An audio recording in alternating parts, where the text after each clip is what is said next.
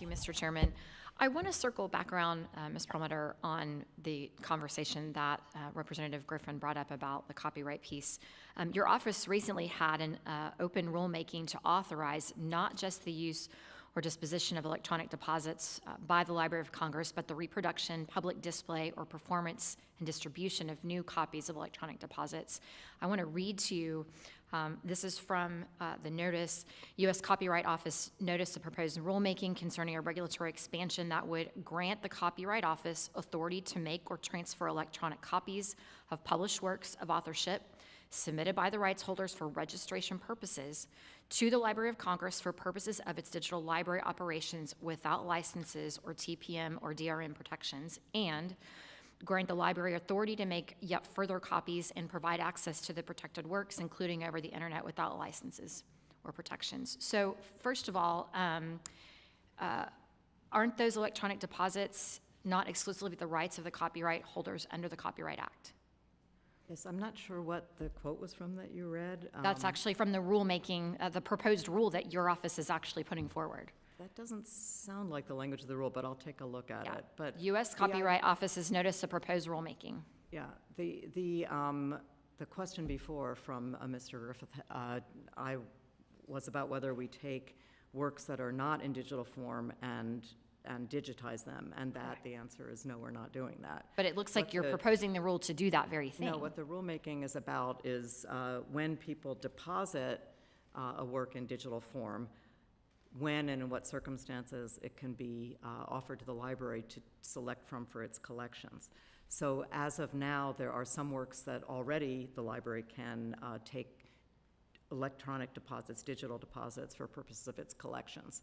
But it's a limited category. I think it's just newspapers and serials.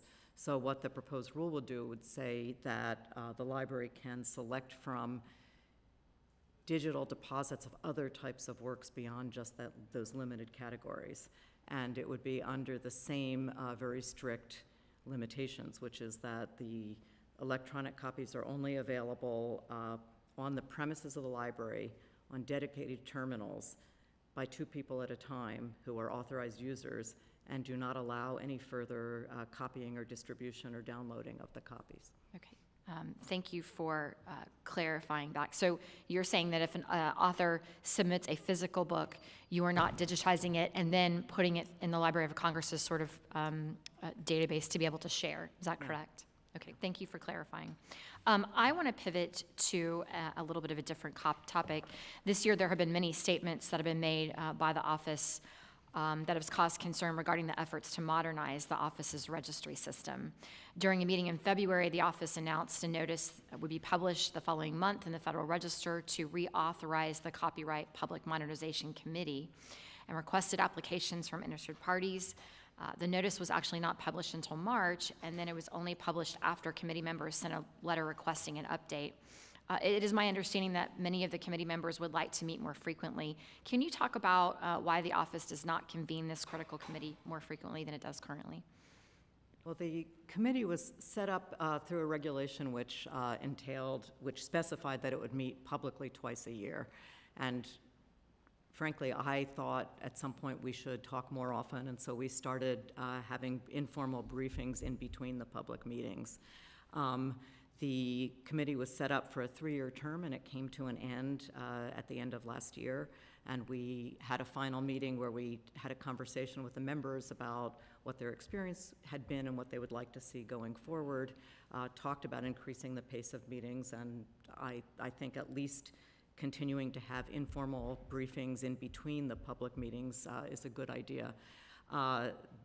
Someone had said at the last meeting, had predicted that we would publish the notice to reauthorize in mid-March. Just due to the press of business, it ended up happening at the beginning of May, so it was about a 6-week delay. But none of that changed what the timing would have been to get the new committee up and running.